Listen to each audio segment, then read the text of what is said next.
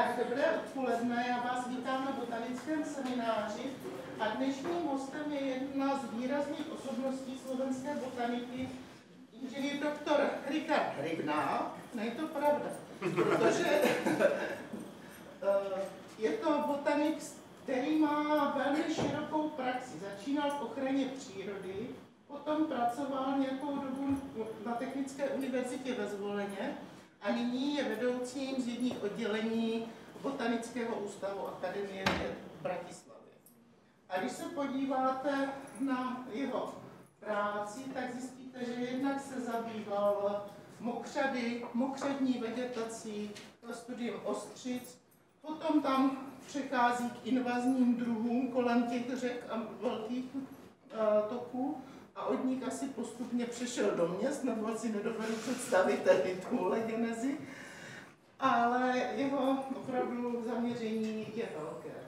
Těch publikací, které najdete na Web of Science, je téměř 100, takže s docela velkým ohlasem, že máme radost, že přijal naše pozvání.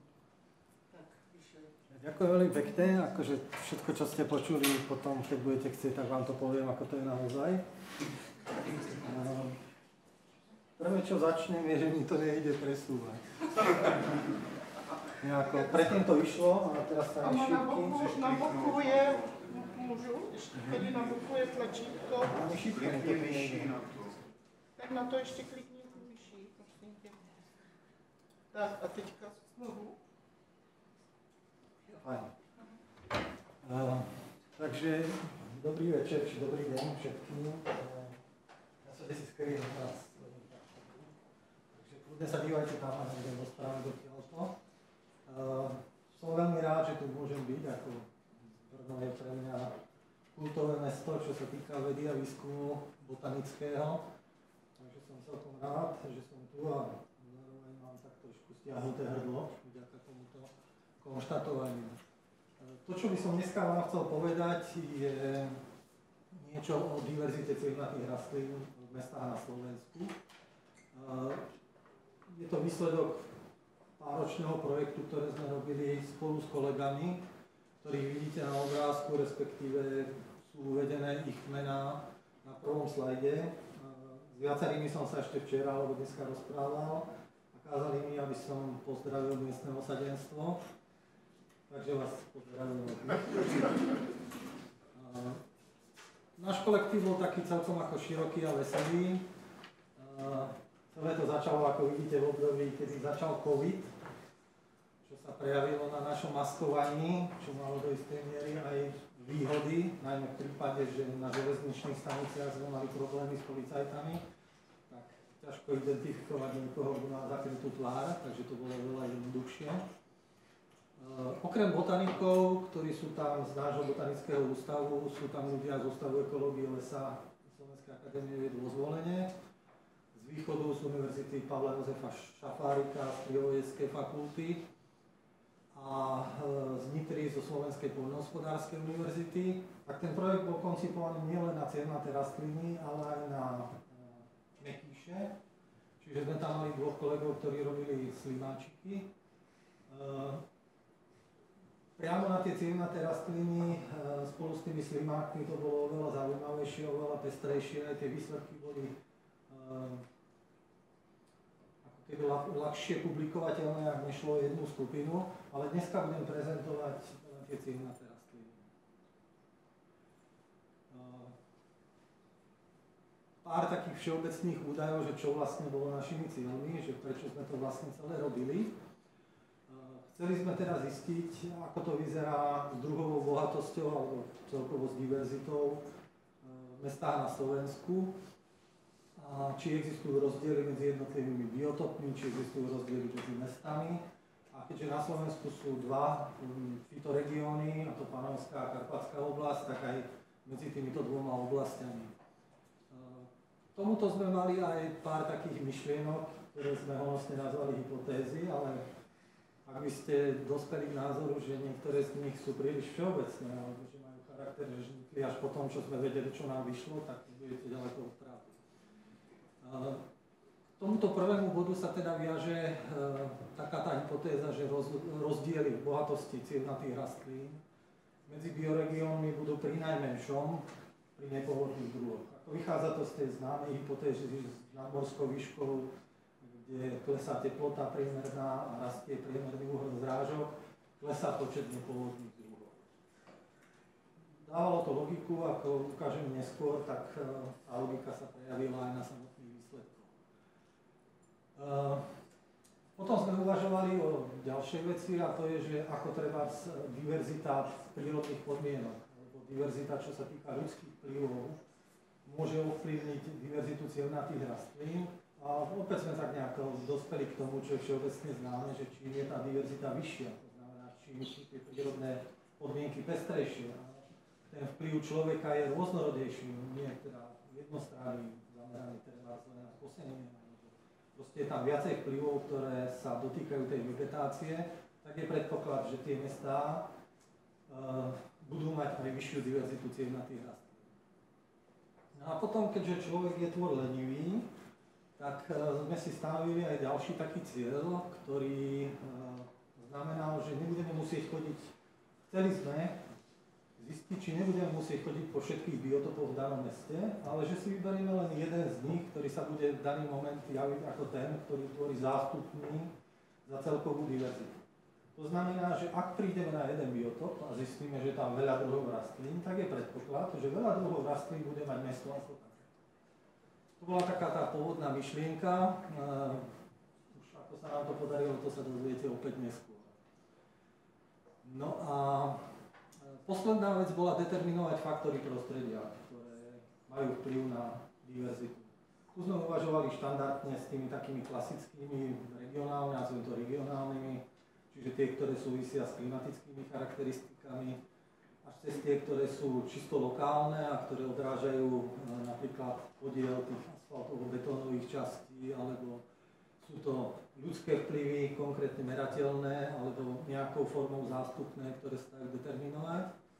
Alebo sú to historické súvislosti, ktoré hovoria o tom, aké je to mesto staré. Sú to demografické súvislosti, teda tie, aké je to mesto veľké, ako rýchlo sa rozvíja, ako sa menilo v čase a tak ďalej. A tu sme skôr predpokladali logicky opäť, že tie lokálne faktory prostredia budú mať väčší vplyv ako tie regionálne. Čiže skôr tie také typické pre dané oblasti budú pre nás určujúce. Túto poslednú tému sme zatiaľ nedotiahli do konca, ale ako je zrejme, tvrdo na nej pracujeme a nepochybne za veľmi krátke obdobie, najneskôr 5 rokov, sa nám dospeje k nejakému iste zaujímavému výsledku. Povedal by som pár slov trošku v pozadí, že prečo to vlastne celé vzniklo, čo nás k tomu viedlo a z čoho sme čerpali. Samozrejme nebola to žiadna nová myšlienka, žiadna prevodná myšlienka, ktorá by sa skresla v našich hlavách. Tu sme veľmi výrazne využili to, čo tu fungovalo zhruba okolo roku 2010, plus minus 5 rokov hore-dole v Brne, a to bola podobná téma, ktorá bola vedená na diverzitu, ale veľkých európskych miest. S nej, ako sa neskôr ukáže, sme čerpali aj časť metodiky, čerpali sme isté skúsenosti, najmä cez jedného kolegu Tomáša Čejku, ktorý vlastne na tom projekte intenzívne robil a teda nám vedel povedať aj to, čo nie je napísané v článku. Zároveň na Slovensku existujú nejaké práce, ktoré sa týkajú urbánnej flóry.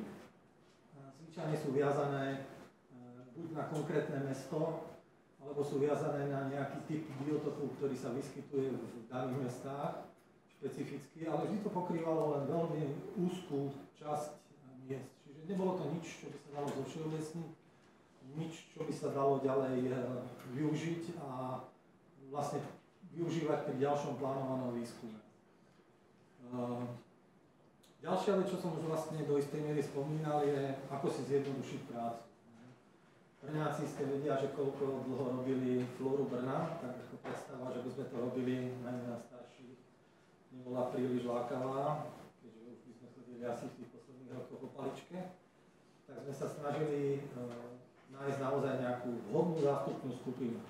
Samozrejme, ten stupeň zovšeobecniteľnosti tej zástupnej skupiny je do istej miery problematický, najmä preto, že človek si vyberá len znesiteľné množstvo biotopov, ktoré v danom meste študuje, a ak ide o 30 miest a prenásobíte to 10 biotopmi, tak dospejete k číslu 300. A ešte my sme si vyšperkovali trošku takú vec, že sme robili v danom meste tie biotopy dvakrát, a teraz na jar a na jeseň, čiže už sme boli pri 600 návštevách, čo aj pri relatívne veľkom kolektíve by bolo dosť časovo náročné. Čiže sme chceli dosiahnuť to, aby zjednodušene povedané sme našli biotop, ktorý keď prejdeme za jeden deň, vieme, či to mesto má šancu byť druhovo bohaté ako celok, čo sa týka klimatých rastlín, alebo nie. Zároveň sme mali v hlave isté témy, ktoré sa nám javili ako celkom zaujímavé. A toto bol taký základ, ktorý sme vlastne potrebovali otestovať a vedieť, či tie témy majú do budúcnosti nejaký väčší význam. A teda, či je vhodné ich použiť alebo nie. Ja tie témy spomeniem, a to sú cintoríny. Všetci viete, že cintoríny sú zdrojom zaujímavých rastlín. Jednak sú to miesta, kde je množstvo okrasných druhov, ktoré sú vysádzané na hroboch alebo sú donesené v rôznych nádobách a tým pádom majú šancu šíriť sa do toho voľného prostredia. A zároveň cintorín je miesto, ktoré môže poskytovať aj nejaké refugium, v tom širokom slova zmysle, pre existenciu pôvodných druhov. Čiže tu bola taká myšlienka, že venovať sa napríklad mestským cintorínom, ktoré budú práve tým miestom, odkiaľ sa šíria tie okrasné druhy, a naopak tým dedinským, vidieckým cintorínom, ktoré sú miestom, kde môžu tie pôvodné druhy prežívať. Takisto sa to týkalo železníc, čo je miesto, kde sa šíria nepôvodné druhy. Vďaka teda koľajovej doprave a presunu ľudí, tovaru a koľajových vozidel ako takých, na ktorých sa zachytávajú semená. Ale zároveň je to miesto, ktoré do istej miery supluje tie prírodné podmienky xerotermov, a mnohé druhy, ktoré na xerotermoch, najmä vďaka tomu, že sa prestali obospodarovať vhodným spôsobom, tak nemajú ten priestor na to, aby tam dokázali prežívať. A železničné násypy sú ideálne xerotermy, ktoré sú častokrát kamenité, sú vyhrievané. Je tam istý počet živín, ktorý súvisí s tým, čím je ten železničný násyp vysypaný a podobne. No a potom ten výskum mal samozrejme aj taký subjektívny záujem nás, jednotlivých riešiteľov. Čím je človek starší, tým menej často rád chodí do kopca. Tuto vám kopec hrozil akorát na cintoríne, a je to veľmi krátky. V lokalite nie je problém dostať sa priamo na lokalitu, tesne blízko. Iba sa dá botanizovať aj priamo z auta. V teplých letách je možnosť sa občerstviť, keďže reštaurácie a nejaké butiky sú veľmi blízko, čo sa týka centier miest. No a potom je tam jedna morbidná záležitosť, ktorá sa týka istej generácie, nazvime to od polovice. Narodené v začiatku druhej polovice, to znamená, že človek si vyberá miesto, kde by chcel raz spočívať. Keď máte dobrý prehľad, tak naozaj je to ideálne. Kde sme teda ten výskum uskutočnili? Boli to slovenské mestá, ktoré sme vyberali za určitých podmienok. Proste sme ich stratifikovali, aby to nevyzeralo tak, že sme si vybrali úplne buď náhodne, alebo cieľene s nejakou súkromnou myšlienkou. Tak tu sa desi však nesvieti. Na Slovensku sú vlastne dve fytogeografické oblasti. Ten juh Slovenska, či už to je západ, stred alebo východ, je viazaný na Panonskú oblasť, ktorá má centrum v Maďarsku a preniká do okolitých štátov. A potom je to Karpatská oblasť, predovšetkým západokarpatská, a na tom krajnom východe ešte kus tej východokarpatskej. To znamená, že sme si povedali, že tieto dva bioregióny budú rovnaké, vybereme rovnaký počet miest v nich. Ale zároveň, ako je zrejme aj z tej mapky, tak tá Panonská oblasť má oveľa menšiu plochu, a tak sme si povedali, že možno 5 tých miest by sme mohli umiestniť tak, aby bolo na prechode medzi tou Panonskou a Karpatskou oblasťou, a tak vlastne svojím spôsobom ovplyvnili ten samotný vplyv tej fitogeografickej oblasti na dané dáta. Druhá vec, čo sme sledovali, demografia. Na Slovensku máme veľké mestá, čo znamená, že majú viac ako 50 000 obyvateľov.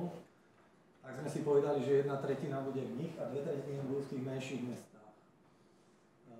Tretia vec bola klasická geografia, to znamená, že sme tie mestá rozvrhli po Slovensku tak, aby boli viac menej rovnomerne zahrnuté všetky oblasti, ktoré pokrývajú rôznorodé geologické, geomorfologické podmienky, klimatické.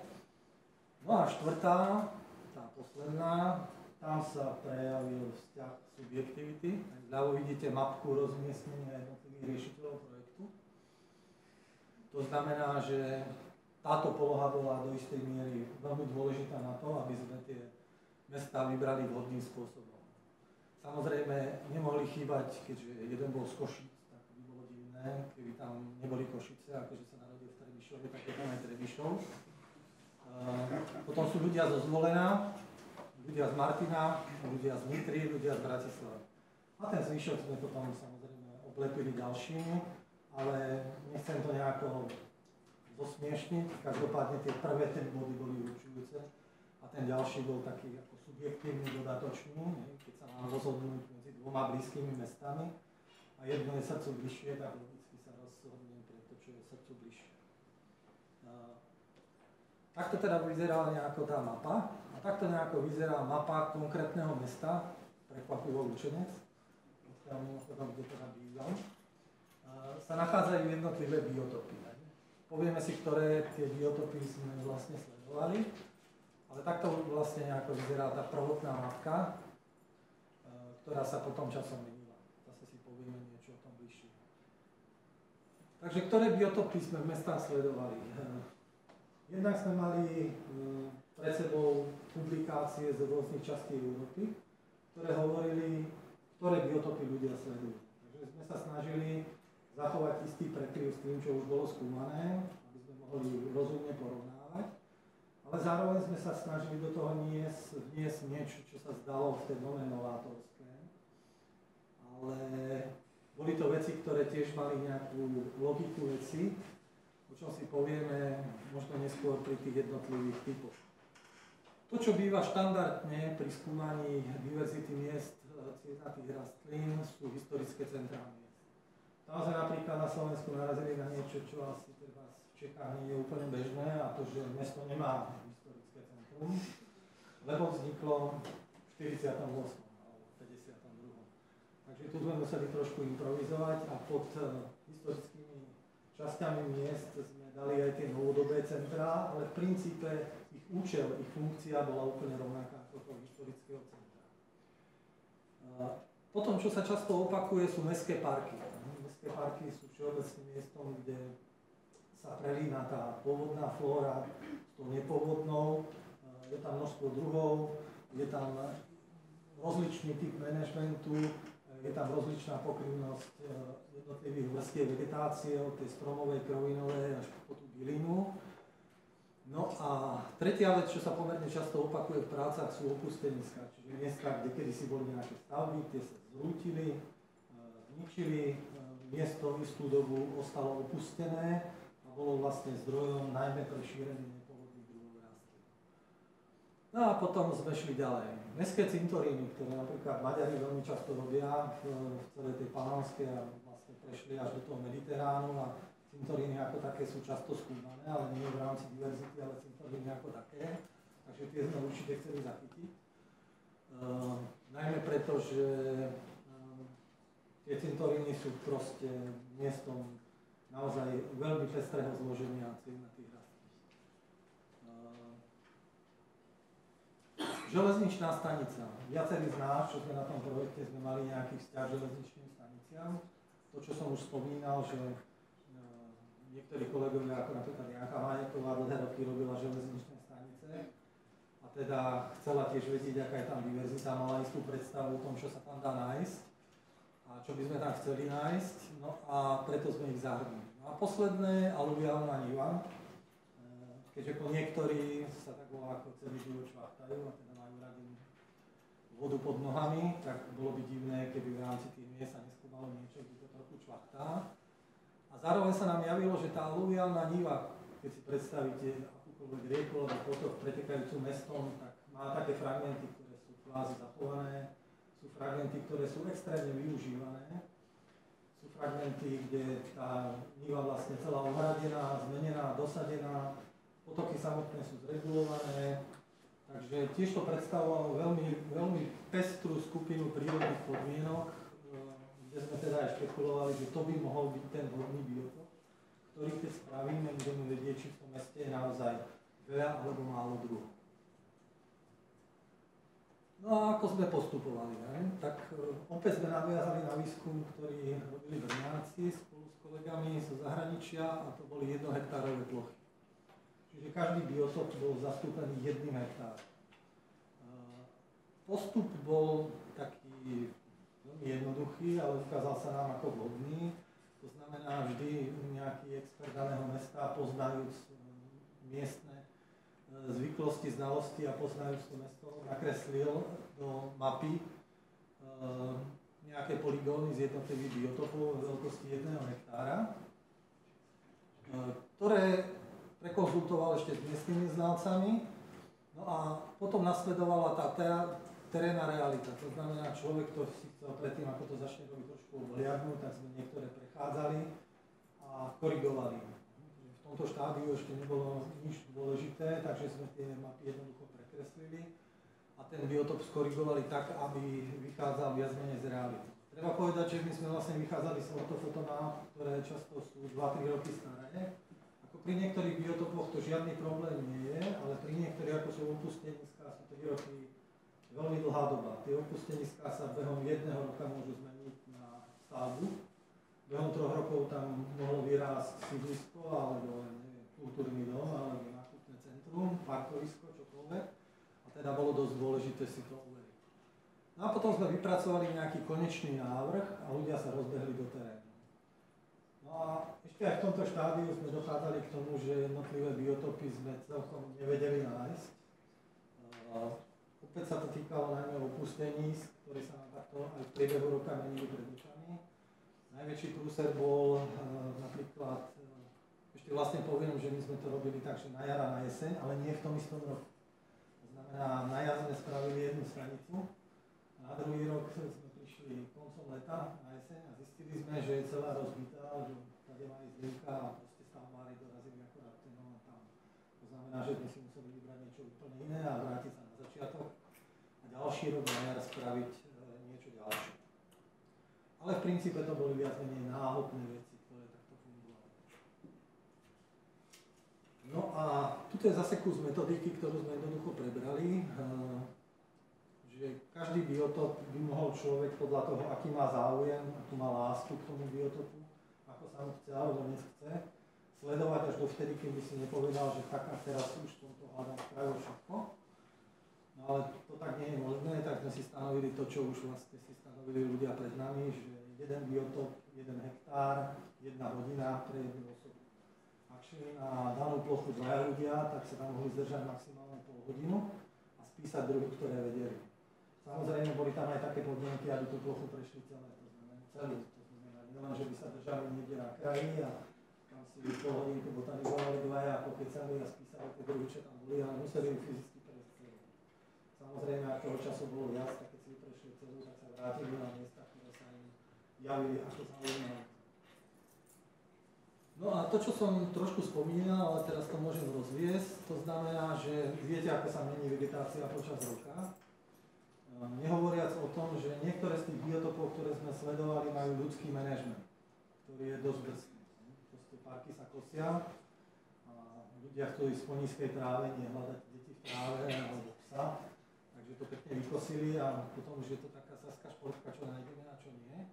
Takže sme sa snažili od polovice apríla, čo sa týkalo tých miest v Panonskej teplejšej oblasti, až niekedy do konca mája, čo sa týkalo tých karpatských, tých najsevernejšie alebo najchladnejšie položených miest. No a to isté, tú istú plochu, opäť tou istou metodikou sme robili kvázi na konci leta a začiatkom jesene. A tieto údaje sme spolu skombinovali a dospeli sme k nejakému jednému datasetu, ktorý sme ďalej používali. Ďalší problém, keď si pozrite železnice. Železnice z jary sú zakvitnuté rôznymi druhmi, sú veľmi pestré a zaujímavé, ale možno po mesiaci, ako tá vegetácia vzíde, prídu buď krovinorezy, v lepšom prípade, v horšom prípade príde chemický postreh, ktorý úplne zmodifikuje to prostredie. Takže tiež sme museli vlastne stihnúť toto. No a cintoríny, tým sme sa naháňali s tými ľuďmi, čo kosili a ešte sme ich presviečali, že im ešte pol hodinku vydržia, že im kúpime pivo a ešte túto plochu nechajme na pokoji. A niekedy to fungovalo, niekedy sa na nás pozerali, čo sme zač a potom ešte pridali a jednoducho nás odtiaľ vyhnali. Čiže to bolo dosť také citlivé. Celé to prebiehalo vlastne na jar 21 a leto jeseň 22. Neskôr sme sa zabávali trošku s nahadzovaním dát.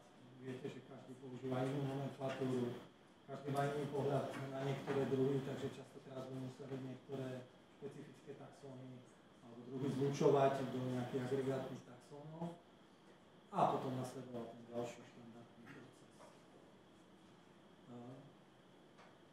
Ja dneska hovorím o cievnatých rastlinách. Ale robili sme, ako som spomínal, aj tie slimáky. V rámci tých cievnatých rastlín sme robili nejaké skupiny, ktoré boli jasne definovateľné a ktoré sa nám javili ako zmysluplné. To znamená, že sme brali úroveň všetkých taxónov, potom ďalšiu úroveň nepôvodných druhov a ohrozených taxónov. Nepôvodné druhy, ako viete, sme ešte potom rozdelili na archeofity a neofity, pričom sme používali štandardné zoznamy, ktoré platia pre územie Slovenska, aj keď niektoré sú staršie, ale novšie druhy, ktoré boli identifikovateľné, sme vlastne do tých zoznamov zahrnuli. Červený zoznam sme používali z roku 2015 a zoznam nepôvodných druhov z roku 2012. Toto je vec, ktoré sa budeme venovať najmenej, lebo je najmenej rozumiem. Vy si hlavne všimnite túto tmavým napísanú časť a hlavne tej poslednej časti vety sa držte.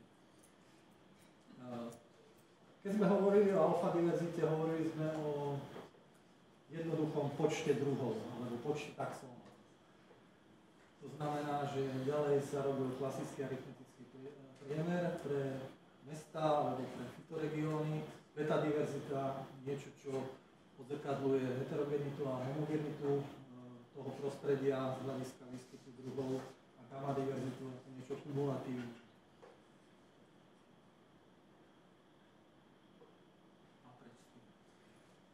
No a teraz pár slov k tomu, čo sme vlastne zistili. Začnem niektorými takými všeobecnými informáciami, ale ktoré nás celkom niektoré prekvapili, ale je celkom zaujímavé. Zistili sme 1054 taxónov. Slovenská flóra má plus minus 4000, takže vlastne 1/4 sme zachytili pri našom výskume miest. Keď uvážite, že sme strávili maximálne hodinu na biotope, že to neboli všetky biotopy, ktoré tvoria mesto, tak to vôbec nie je zlé číslo a je to celkom zaujímavé. Čo však treba povedať, je, že len pár druhov bolo takých početnejších. Väčšinou sú to také všeobjímajúce druhy, alebo tzv. Všudybilkové, teda druhy, ktoré rostú všude nebo niekde úplne inde, ako je obyčajné Taraxacum, teda púpava alebo Achillea.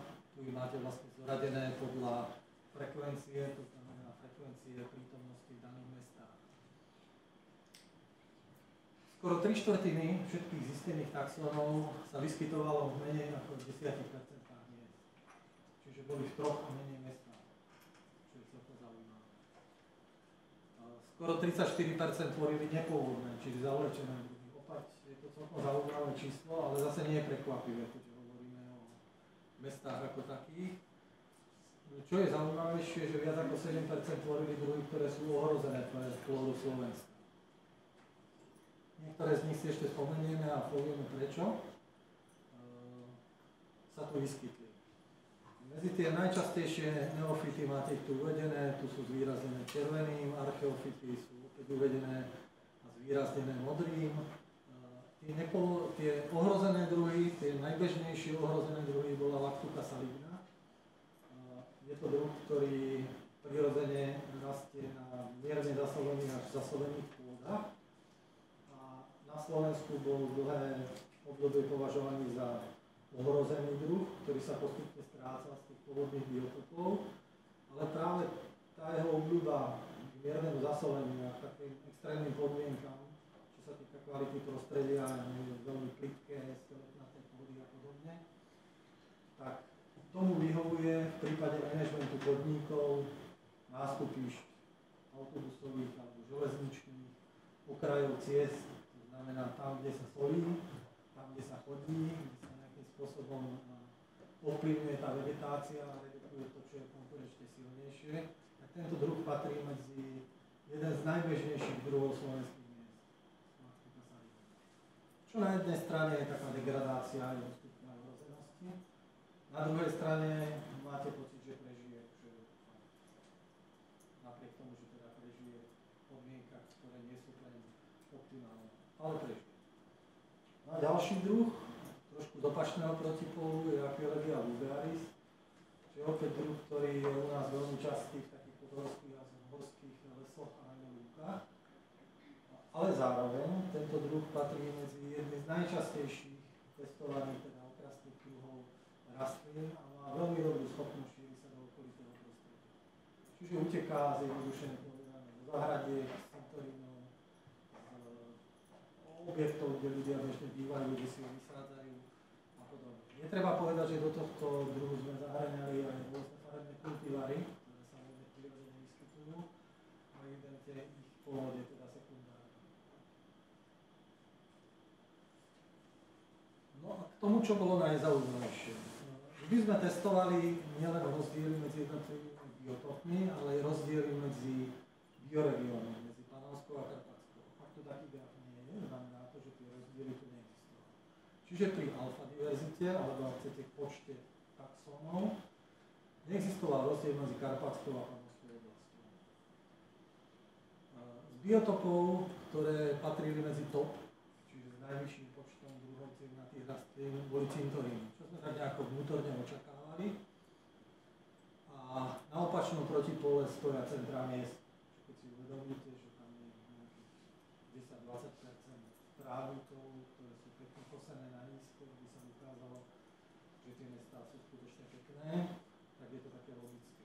Častokrát to boli druhy, ktoré rastli na okraji chodníkov, alebo štrbinách chodníkov, alebo na okraji budov, tam, kde sa kostci a strýkači nedostali. No a medzi tým bola nejaká taká skupina, ktorá mala podobný počet druhov. Čiže nič, čo by človek svojím spôsobom neočakával. Druhá vec sú nepôvodné druhy. Tam už tá situácia bola taká, že bolo zjavné, že rozdiel medzi Panonskou a Karpatskou oblasťou tu existuje a je teda aj logické prečo. Tie Karpaty sú chladnejšie, Panónia je teplejšia. Veľké množstvo nepôvodných druhov sa šíri často z Mediteránu a teda k nám prenikajú z juhu a dostávajú sa najskôr do tej Panonskej a neskôr sa štverajú do ľavy väčších riek ďalej smerom na sever, tak ako sa otepluje. Takže opäť niečo, čo bolo očakávané a potvrdilo sa. Keď sa pozrieme na biotopy, tak tých nepôvodných druhov vedú cintoríny. My sme tak trochu dúfali, očakávali, že aj tie opusteniska by mohli byť priestorom, kde tie nepôvodné druhy budú vo väčších množstvách, takže možno to budú práve oni, ktoré budú druhovo veľmi bohaté. Ale nakoniec to pretlačili tie cintoríny, opäť logické, lebo tam sa veľa druhov donesie a tie druhy častokrát nemajú žiadny problém sa voľne šíriť na miestach, ktoré sú podobné tým, kde ich sa dejú. No a môj favorit, čiže aluviálne nivy, boli niekde na spodku tejto kategórie, čiže obsahovali najmenší počet druhov. Aj keby sme sa na to pozreli nie z hľadiska kvality, ale z hľadiska kvantity, tak tie aluvia často boli naozaj škaredne zarastené niektorými druhmi, ktoré máte možnosť vidieť. Aluvia Reinotria japonica ako agregátny taxon, alebo Solidago canadensis, alebo mnohé ďalšie, ktoré sa šíria okolo vodných tokov. A tam naozaj boli vo vysokej kvantite, avšak z hľadiska bol vždy jeden a ten istý. Keď sa to rozdelilo na drobné, čiže my sa pozrieme na to, čo tu už prežíva dlho a čo prišlo podstatne neskôr, čiže archeofity a neofity, tak tá situácia sa trošku otočila. Pri archeofitoch tam prevládali práve tie opusteniská s tými cintorínmi, pri neofitoch to boli najmä cintoríny, ktoré sa stali útočiskom pre tieto druhy. Čiže tie ostatné biotopy v rôznej miere boli tiež ovplyvnené, ale nebolo to nič úžasné. Keď sa pozriete na tú Y-ovú os, tak sú to čísla, ktoré hovoria o tom, koľko tých taxonov sa v priemere v daných biotopoch vyskytovalo. Čiže nie sú to nejaké veľké čísla. No a opäť, keďže ten rozdiel bol významný medzi jednotlivými fitogeografickými oblastiami, tak sa ukázalo, že logicky rovnako je významný i pri neofitoch a archeofitoch, teda tom, čo tvorí základ, alebo čo tvorí vlastne spolu nepôvodné druhy. Červeno knihové druhy alebo druhy, ktoré sú v danej krajine na Slovensku konkrétne ohrozené, tak keď sa na to pozriete, číra nuda. Vkladali sme do toho trošku viacej nádejí, ale tie priemerné počty sa pohybujú niekde okolo 1, čo teda nie je moc. Konkrétne nie je to už ani minimum. Takže tam sa ukázali práve tie železnice, ktoré sú často miestam šírenia tých druhov, ktoré sú prirodzene viazané na tie cenotárnejšie typy biotopov, čo bolo celkom zaujímavé. A cintoríny, ktoré možno trošku metúco sú prekryté do istej miery druhmi, ktoré sú považované za ohrozené, ale zároveň niektoré typy sú pestované a vytvárajú rôzne typy variét a kultivarov, ktoré sa potom šíria, ale my sme nezahrnuli do týchto. Samozrejme sú tu i druhy, ktoré sú stále ohrozené vo voľnej krajine a práve cintoríny, ktoré sú špecifické tým, že vždy časť cintorínu vlastne odpovedá tým prirodzeným podmienkam, lebo sa tam ešte pochováva len veľmi riedko, ale zároveň je tam pravidelný manažment. Čiže lučne ohrozené druhy práve na cintorínoch majú veľkú šancu prežiť, ak lúky v okolí prestali byť obhospodarované a postupne sa viaceré tie ohrozené druhy odtiaľ vytrácajú. Tá betadiverzita, no. Toto som si napísal hlavne kvôli sebe, lebo nikdy som nejako uzrejmiť, že čo to vlastne znamená, že vysoká hodnota betadiverzity znamená, že je tam menšia podobnosť, čiže tie lokality sú oveľa pestrejšie. Ne? Zároveň tie, ktoré majú už ďalej to nebudem rozobrať, sa to platí. Takže tu opäť vidíte nejaké paterny, ktoré boli zrejmé. Tu dokonca pri neofitoch nevyšli zásadné rozdiely v betadiverzite medzi neofitmi, čo je súčasť nepôvodných druhov ako takých. Evidentne tie najvariabilnejšie biotopy boli tie aluviálne nivy, čo sme tak trochu predpokladali, keďže je to miesto, kde je veľmi rozličný vodný režim, sú to naozaj rozličné prírodné podmienky od tých úplne antropogénnych po tie relatívne prírodné, keďže časťou tých biotopov kľudne mohli byť aj nejaké zvyšky lužných lesov a podobne. Gamma diverzita, opäť nič, čo by bolo extrémne prekvapivé. Tá kumulatívna diverzita, ktorá je pri všetkých druhoch zrejmá, že je najvyššia pri aluviálnych nivách a pri cintorínoch, a to bez ohľadu na to, v ktorú fitogeografickú oblasť ide. Pri nepôvodných druhoch stoja na čele cintoríny, a to úplne jednoznačne. Nasledujú za nimi tie opusteniská a ostatné biotopy sa viac menej prekrývajú tie oblasti, to znamená, že majú veľmi početné. Ešte evidentnejšie je to pri neofitoch, kde vlastne jednoznačne zvíťazili tie cintoríny. Tie ohrozené druhy sa vlastne vôbec neplatilo, lebo tie počty boli relatívne nízke a tie grafy ukazovali na to, že sa v významnej miere prekrývajú. No a potom je tu tá zástupná skupina. Čiže naša lenivosť, aby sme si našli jeden z tých biotopov, ktorý by sa nám zdal najzaujímavejší a ktorý jeho druhová bohatosť najlepšie koreluje s celkovou druhovou bohatosťou.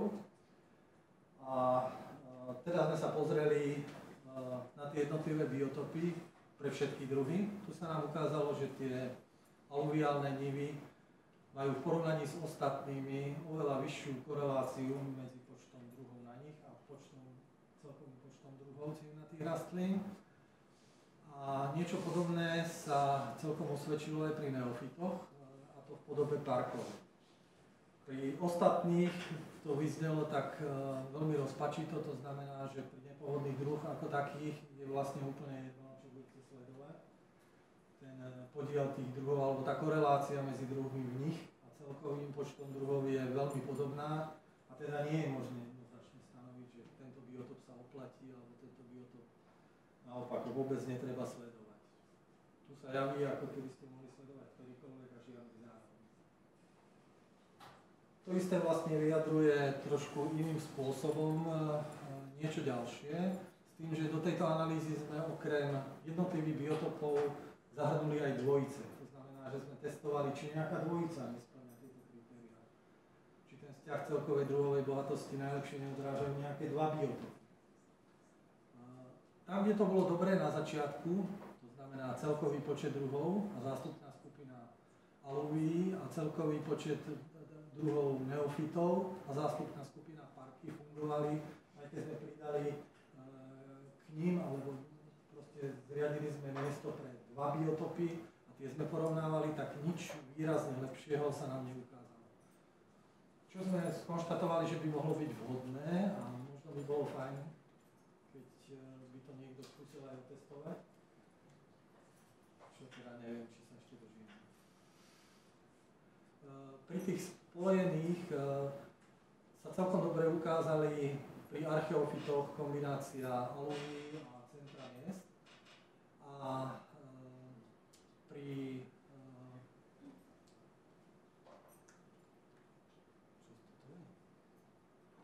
červenoknihových druhoch, čiže ohrozených, sa ukázali cintoríny a opusteniska ako miesta. No ale keďže sme mali len 6 biotopov a tu by sme využili 2 z nich, tak tá efektivita nie je zase až tak vysoká.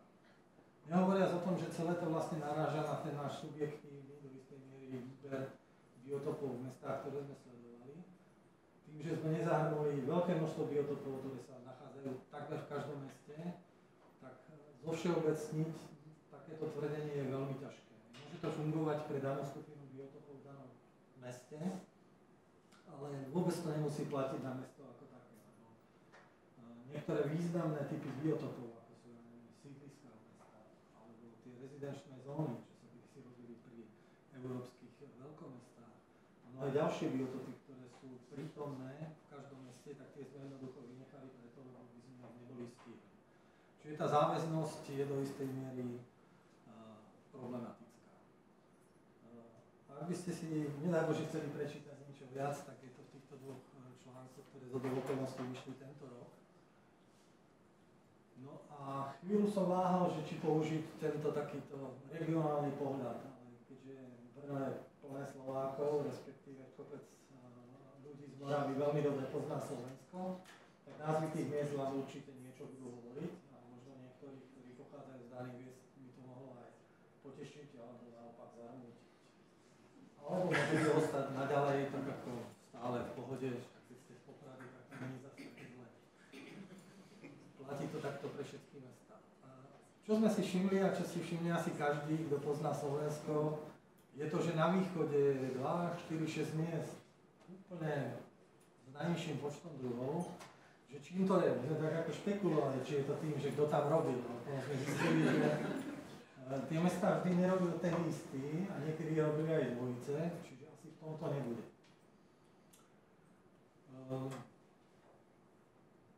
Neviem, či tu mám načať.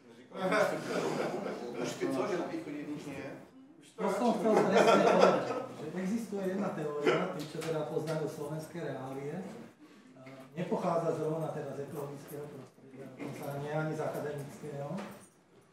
Povedal by som, že vymyslel to niekto a potom sa to veľmi zovšeobecnilo, čiže zľudovelo, čiže nazviem to, že to Ľudo. A ten Ľudo povedal takú bajnú vetu, že na východe nič nie je. No a akože nefunguje to úplne na 100%, ale zjavne na tej hypotéze niečo je. Čiže netreba úplne zavrhovať aj hypotézy, ktoré sa na prvý moment zdajú ako divné, alebo ako to nazvať slušnejšie. Jednoducho treba s nimi rátať. No, takže neviem, či je niekto z východu. Ja som po dlhých rokoch chodenia na východ zistil, že tam ešte nič. Takže pohode. No a takto nejako to vyzerá, keď sa pozrieme po tých mestách, jednotlivých skupinách biotopov a zároveň sú tam tým červeným tie karpatské alebo mestá, ktoré ležia v tej karpatskej fytogeografickej oblasti a mestá, ktoré sú modrým, ja to budem volať takto, ale viem, že ženy majú trošku iný názor na farby ako chlapi, takže berte to tak, že tie tmavšie a svetlejšie. Tak je zrejme, že tam nie je to nejaký úplne jasný precedens, ktorý by povedal, že tie panonské sú bohatšie na niektoré skupiny, alebo na niektoré skupiny sú naopak výrazne slabšie, čo sa týka počtu druhov cievnatých rastlín. Čiže je to také veľmi premiešané. Nedá sa ani povedať, že by veľké mestá preferovali väčšie množstvo druhov, alebo naopak malé mestá preferovali nižší počet celkových druhov. Jednoducho to nefunguje. A to je práve tá posledná oblasť, ktorej by sme sa chceli venovať. A teda sa pozrieť, čo za tým to ekologické, alebo to ľudsko-vplyvové, alebo to demografické, alebo to historické je, že čo nám vlastne nejakým spôsobom predurčí, že kedy to mesto bude druhovo bohatšie a kedy naopak bude druhovo chudobnejšie. A dovolil som si to takto v krátkosti, keďže som to už mal v takej prezentácii, ktorú som prezentoval, ukázať aj pár takých zaujímavých vecí, ktoré sa našli pri skúmaní cievnatých rastlín v daných mestách. Či už to boli druhy, ktoré boli úplne nové pre flóru Slovenska v istý čas, Geranium macrorhizum, ktoré sme našli na cintoríne v Bratislave, ktoré sa bežne pestuje na cintorínoch pri panelákoch a pri rôznych obchodných centrách. Splanieva relatívne vzácne, ale napriek tomu sa našlo viacero druhov. Baldelia ranunculoides, čo je vodný druh, v lepšom prípade amfifit. Tu je napríklad celkom zaujímavé, kde sa zistilo, ako sa ten druh šíril. Údaj pochádza z botanickej záhrady Univerzity Pavla Jozefa Šafárika v Košiciach. Zase východ. A čo tam všetko je? No a tá Baldelia bola vysadená v jazierkach. Ale tie jazierka sú navzájom pospájané takou sieťou kanálikov, v ktorých tá voda dookola stále tečie. No a postupne ten druh obsadil takmer všetky kanáliky. To znamená, že sa prirodzeným spôsobom rozšíril do tej voľnej krajiny. Čiže ak by bol predpoklad, že tie kanáliky by boli spojené s nejakým iným vodným tokom, tak je vysoký predpoklad, že by ten druh sa ďalej šíril aj na tieto. A potom je tu zo pár informácií o takých, poviem, Ranunculus pedatus, čo je opäť druh, ktorý kvitne veľmi skoro na jar. Má istú väzbu na také subhalofilné a žalofilné porasty a na Slovensku práve v týchto biotopoch je extrémne vzácny. Čo nás celkom prekvapilo, že cintoríny sú miestom, kde ten druh sa pomerne často vyskytuje. Častejšie na tých vidieckých cintorínoch, v mestských veľmi zriedka, ale tie vidiecké cintoríny niekedy majú tisíce jedincov. Je to proste na jar úplne žlté, je tam obrovské množstvo toho druhu, ktorý tam evidentne nemá úplne optimálne podmienky, tak ako sú známe z literatúry, tak ako sme ich poznali z tých prírodzených biotopov. Alebo treba Tribulus terrestris, isto to znáte, takú škaredú rastlinu, na ktorej keď vstúpite, tak máte veľmi zodraté podošvy, tak máte v nohe zapichnutý plod z nej. A je to opäť druh, ktorý bol viazaný na prírodzené biotopy, na piesky a je veľmi vzácny. Z týchto biotopov sa postupne sťahuje. A niekedy od 90. rokov postupne pribývali údaje o jeho vyskyte na železničných staniciach. A dneska máte najmä v tej panonskej oblasti železničné stanice, kde sa boja chodiť železničiari, lebo sa tam jednoducho nedá. To sú 10 000 jedincov, ktoré keď zaplodia, to všetko tam leží a oni musia každý mesiac meniť topánky napriek tomu, že majú pridelené jedny na. Takže je to problém a tento druh sa napríklad šíri potom ďalej na sever, práve po železničných staniciach. Aj dlhé roky bol známy najmä z toho západného Slovenska, postupne prenikol aj na východ a prekvapilo nakoniec na stredné Slovensko. A dneska už ho máte zozvolené, ale proste váhom sa šíri ďalej a ďalej. A takýchto druhov je tu viac a viac.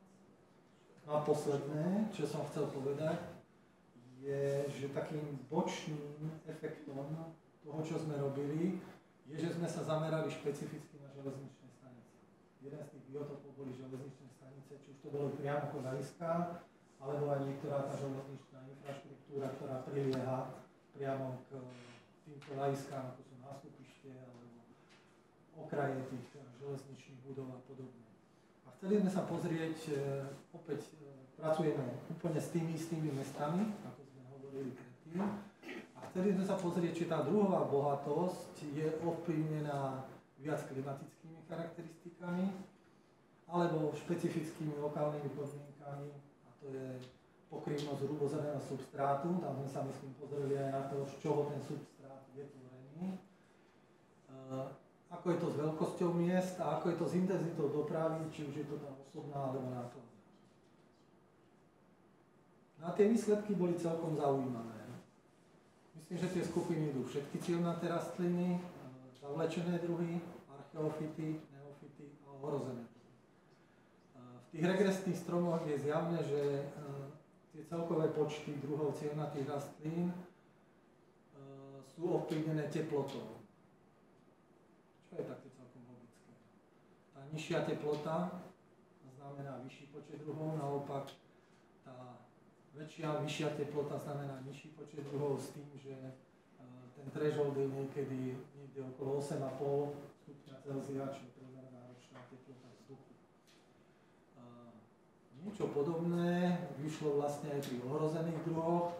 Tamto však bolo vymenené, to znamená, tie teplomielnejšie oblasti obsahovali väčší počet ohrozených druhov ako tie chladnomielnejšie oblasti. Jediný strom, ktorý sa naozaj ksistil ako strom a nie ako kryt, to znamená, že sa rozletil naprieč aspoň dvoma charakteristikami, boli nepôvodné druhy ako celok. A tam podobne ako pri archeofitoch a neofitoch sa ukázala intenzita nákladnej dopravy ako veľmi dôležitá. Čiže vyššia intenzita nákladnej dopravy v princípe znamenala, že je tam vyšší počet nepôvodných druhov. Čo je tak celkom logické, keď uvážime, že tie železničné stanice sú aj miestom, kde sa ten tovar vykladá a nakladá. Ten tovar sa posúva z juhu na sever, zo severu na juh, z východu na západ, zo západu na východ a často priamo na kolesách. Čo sú tam? Nie sú kolesa, čo majú železničné vozy. Proste to, čo sa točí. Tak na tom sú zachytené nejaké spory a tie sa môžu. Bolo celkom zaujímavé zistiť, že osobná doprava, ktorá je na Slovensku celkom intenzívna, nehrá tú rolu ako tá nákladná doprava.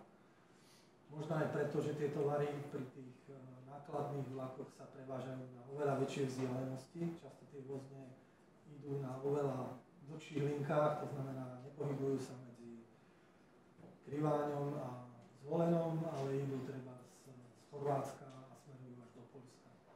Takže majú šancu tie druhy sa týmto spôsobom šíriť.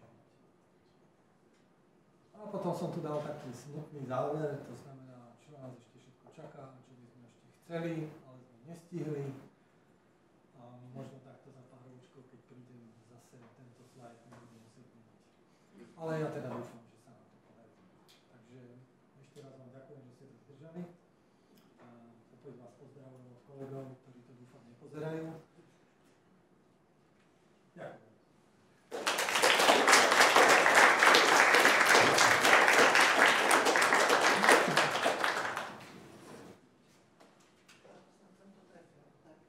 Děkujeme za tady toto představení, jsou to strašně zajímavé výsledky pro mě. Já myslím, že pro všechny z nás a myslím, že se můžeme ptát, můžeme otevřít diskuzi. Co by vás zajímalo? Tak, Milan začne. Děkuji, Ríšo. Je to jako zajímavé, pěkná data jste sebrali. Pro mě asi nejdůležitější závěr z toho je, že nejbohatší jsou ty hřbitovy, cintoríny, což když jsme dělali se Zdenkou, tady ty podobné studie v těch evropských městech, tak my jsme je nevzorkovali. My jsme na hřbitovy nechodili, čili jsme to vlastně nevěděli. A teď tady ukazuješ, že jsou to de facto úplně nejbohatší biotopy z několika pohledů.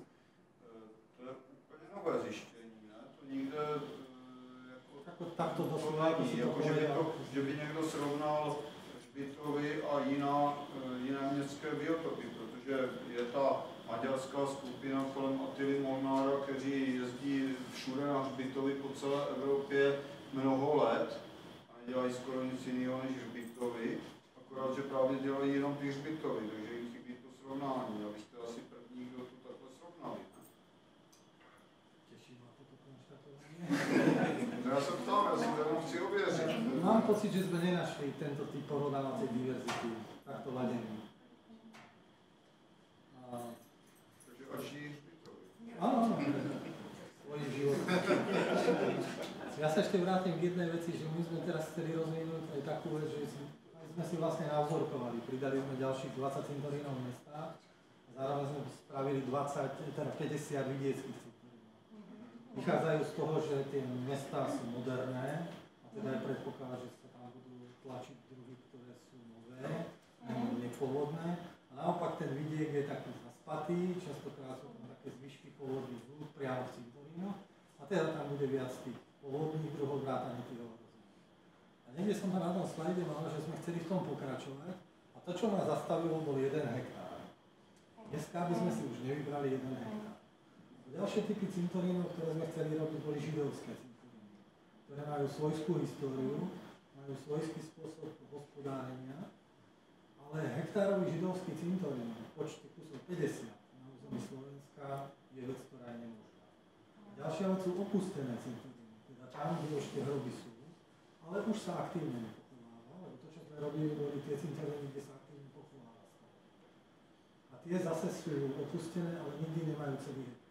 Toto by nás celkom ako fascinovalo, len... Ale to oni dělali, ty Maďaři, že jo? Tak oni srovnávali muslimské a křesťanské hřbitovy, katolické a evangelické, že jo? To mají publikované z hlediska jejich biodiverzity, ale vy to máte srovnané s tím okolí. Dobrý, to jste domluvili schválně, že to bude tahle přednáška zařazená takhle před myšičkama? Samozřejmě, to je.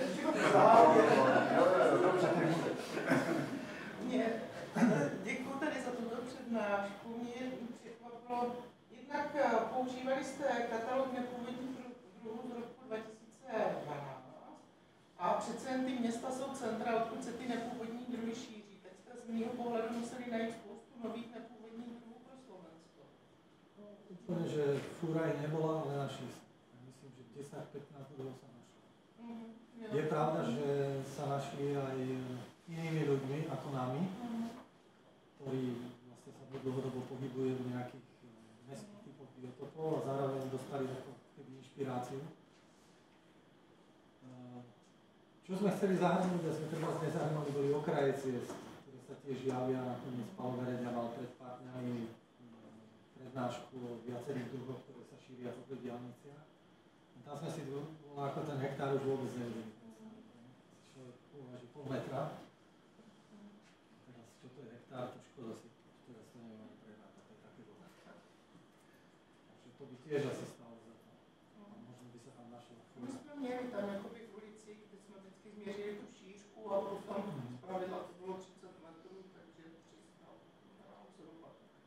No ale co my jsme ještě nezvládli a co si myslím, že pořád stojí za to, vlastně zjistit, jaká je velikost spíší z půlu toho regionu, která přežívá v tom městě. Vím, že šnekaři to udělali, protože je to jednodušší, když ví v tom regionu, jaké druhy jsou v okolí, tak pak se podívají, jaká část přežívá ve městě. A pro chytky, teď třeba už je Pladias, pro Českou floru už by to šlo podívat se na to a z toho pohledu potom si myslím, že ty města by se seřadily jinak, protože kdybychom viděli, jaké procento těch původních druhů tam přežívá, tak potom možná ten východ nebyl tak chudý, jak se zdá. My sme sa chvíľu aj pohrávali s myšlienkou využiť aspoň zápisy. Samozrejme nefunguje to pri tých mestách všeobecne, že niekde je to presnímkované, niekde naopak. Myslím si, v 10 km okruhu od stredomestí nenašiel žiadny zápis. Ale možno by to stálo. Náš klad je teda v trošku inej kvalite v tento moment. A tak postupně, jak se objevují data i v naturalistu, tak si myslím, že nějaká takováhle práce, že takováhle srovnání už by se možná dalo udělat. Nikde nemáme ve městech vlastně informace o tom, co tam rostlo, než město vzniklo. Že? To je jako tak, do historie se nedostaneme, tak můžeme pracovat aspoň s tím okolím, s nějakým bufferem, jako co je k dispozici. No. A teda překvapilo mě, že pro centra měst jste měli 70 druhů. Jsme měli tak 30. A to byly pak bohatý náměstí. Jako to jste tam našli spoustu druhů. No. Nebrali sme pestované, si si mysleli, že sme sa takto privyrobili ďalšie druhy. Možno plusom bolo to, že sme to robili na jar a na jeseň. Sme to robili vlastne dvakrát v priebehu roka. Keď sa to robí naraz v lete, tak... Tam si Zdenko všimni, že úplně na spodku počtu druhů v centrech byla Bratislava a Košice. No, jo? Bratislava a Košice, za ní má ještě jedno město, ale dole. Ne, tam na tom barevném grafu, jak jsou centra měst, pravo nahoře. Bratislava a Košice. A my jsme dělali jenom ta velká města. Jo? Toto jsou města největší, nejbohatší a to znamená nejvíc vyčištěný, že tam pořád někdo běhá a čistí to.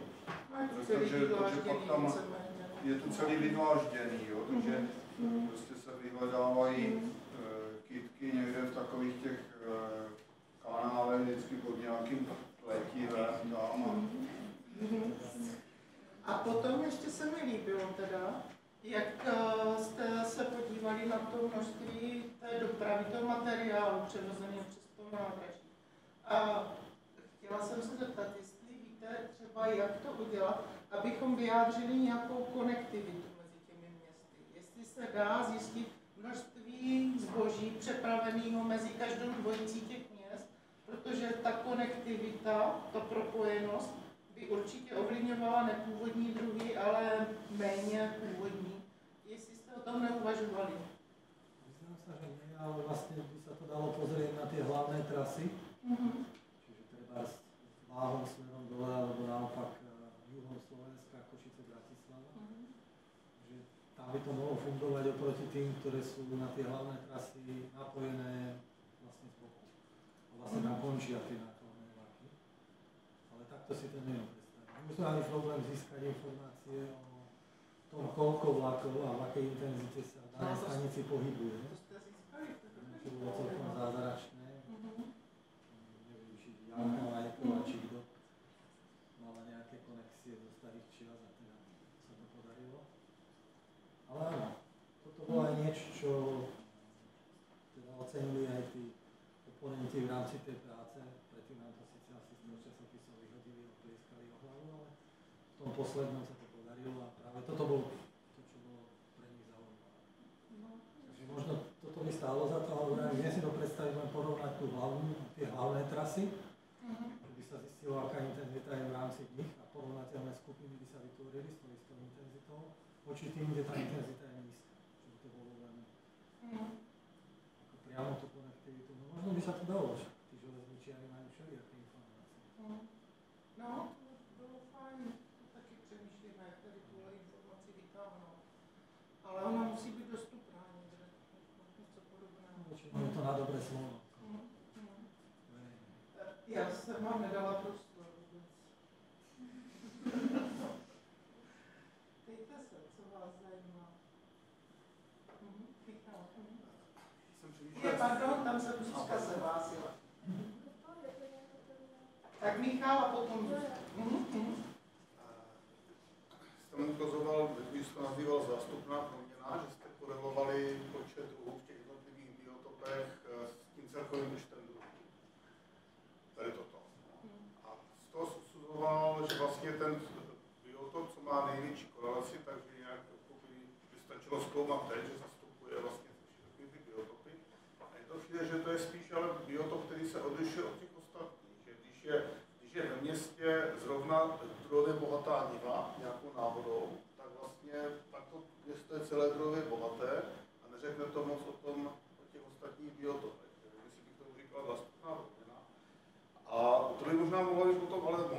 moc když tomu vysvětlení. Když přemýšlíš, proč na východě nic není, tak se dívat na ty floodplains. Když si díváš na ty červené obrázky, tak to až na Mezilaborce sedí, že ten východ má chudé ty floodplains a protože je to takový bylo to, tak třeba na něco přijdeš.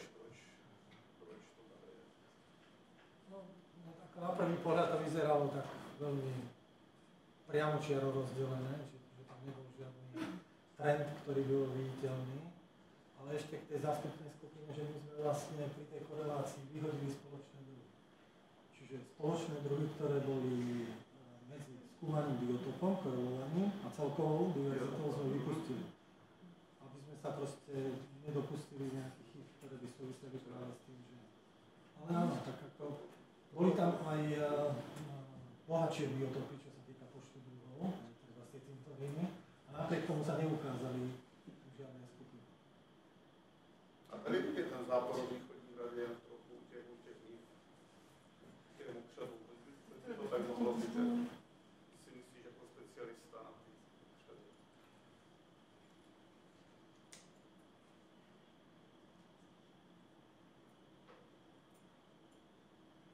No, východ. Rožňava Mezilaborce na vrchu, Stará Ľubovňa na strede, Kapušany a potom na spodu je taká väčšia skupina, ale tých východoslovenských miest tam bolo len zo 6-7. Aj tu je Trebišov, Prešov, Humené, Bardejov, čo sú 4.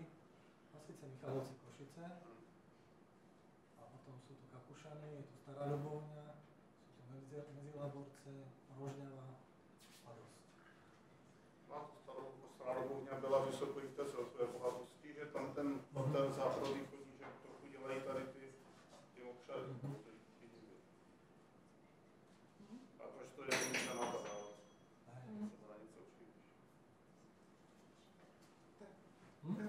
Můžu dát slovo? Jasně. Zuzko?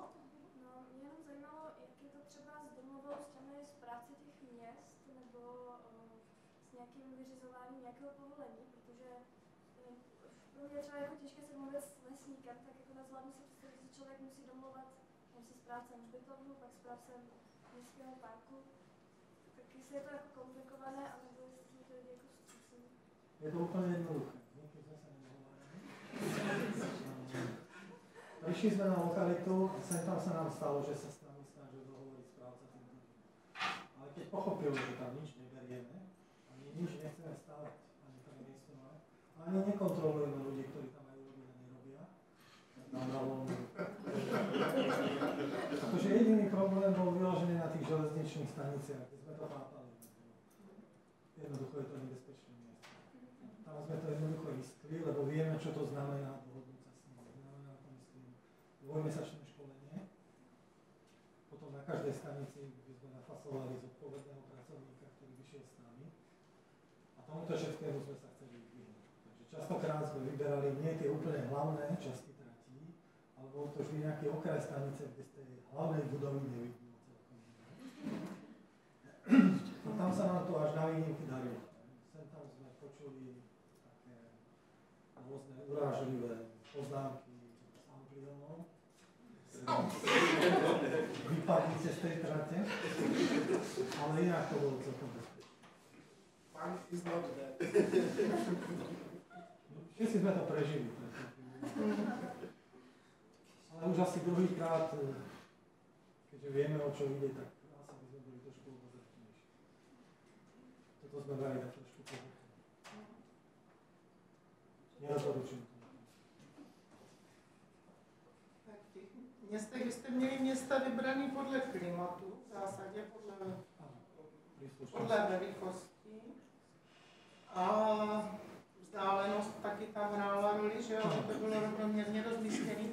No a v těch městech jako ty lidi neodfiltrujeme, že jo, lidi v každém městě se chovají, nějak to ovlivní ti obyvatelé, to, co pěstují, to, co vyrazují, to, co pokopávají. Dají se nějaký ty socioekonomické charakteristiky měst do toho taky zahrnout. Můžete třeba říct, že tohle město, já nevím, má starší obyvatele, je bohatší, něco takového, co by hrálo taky roli třeba, že tam, kde je víc peněz, dá se čekat, bude intenzivnější management, míň kytek, ale zase možná víc okrasných kytek na hřbitově, já nevím. My sme presne s týmto chceli robiť a to bol aj dôvod, prečo nás to trošku zabrzdilo. Tam už sa treba pozrieť na to štatistické sčítanie obyvateľov Slovenska, čo nebolo tak dávno, a teda dalo by sa veľmi dobre využiť. A zatiaľ sme si ani celkom v hlave nevyskladali, ktoré všetky veci by sme chceli nakoniec využiť. Ale tam nie je problém zistiť, pri tom sčítaní obyvateľstva sa zisťuje v tej demografii aj veková štruktúra, čo je veľmi jednoduché. Určite sa o to pokúsime s čo najväčšou skupinou, keď už tie dáta budeme mať k dispozícii, tak je ľahko vyhodiť niečo, čo sa nám bude javiť ako v budúcnosti, keď to náhodou vyjde ako dôležitý faktor, ako niečo, čo sa nedá celkom dobre interpretovať. Ale áno, tá demografia tam podľa mňa hrá veľmi dôležitú úlohu. Aj to, koľko má dané mesto peniazy. Nakoniec to vidno možno aj na tých centrách miest. To väčšie má menej tých druhov, lebo majú viac peniazy na ten manažment. To možno by sme sa ešte poradili, že keď naozaj ten výber budeme mať, tak veľmi radi uvítam na akékoľvek nápady. Možno túto zimu. Dúfam, že bude dlhá asi.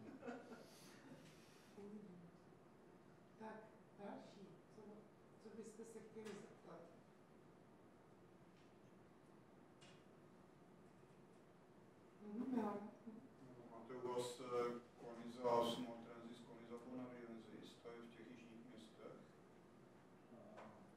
Toto je vec, na ktorú by sa lepšie vedel Pável Meredia, ale mne sa zdá, že áno, že niečo také majú. Myslím, že to sú na Trenzis, ale nie som si neistý. Veľmi z rezervou. Buď Ivi, alebo Pável Meredia. Nie o tom bude vedieť najviac. Prípadne normálna vec.